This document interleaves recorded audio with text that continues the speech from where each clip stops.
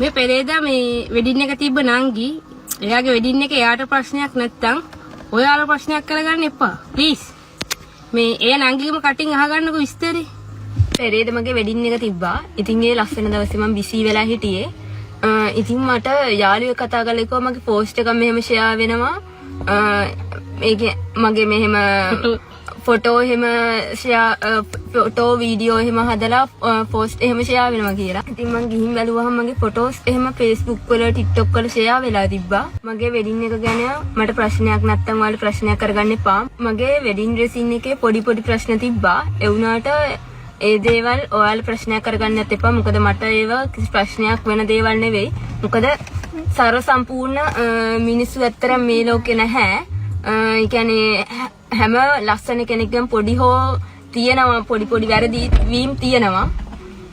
ඉතින් ඒකෙන් මට ප්‍රශ්නයක් නැති නිසා ඔයාලා ප්‍රශ්නයක් කරගන්න එපා. ඔයාලට මට උදව් කරන්න ඕන නම් මගේ පෝස්ට් එහෙම ෂෙයා වෙනවා. ඒ කියන්නේ මගේ ෆොටෝස් එහෙම ෂෙයා වෙන පෝස්ට් විදියට ඒ කියන්නේ TikTok වල එතකොට Facebook වල ඉතින් ඒවා අයින් කරලා දෙන්න පුළුවන් නම් ඒ කියන්නේ අයින් කරලම දාන්න පුළුවන් නම් ඒක තමයි ඔයාලා කරන මට ලොකුම උදව්ව. මගෙන් ප්‍රියන් දන්න ගොඩක් කට්ටිය මට කතා කරලා තිබ්බා.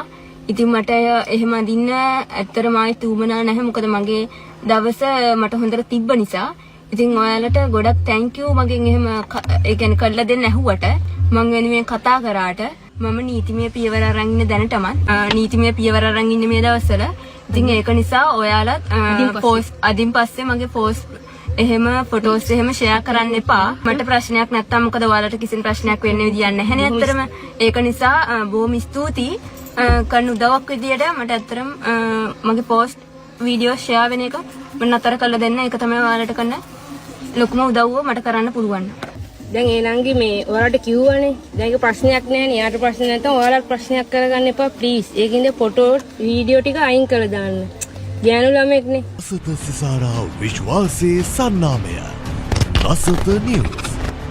දවසේ දසත පැතිරුණු පුවත් ඇසිල්ලෙන් දැනගන්න. දසත YouTube නාලිකාව සබ්ස්ක්‍රයිබ් කරන්න.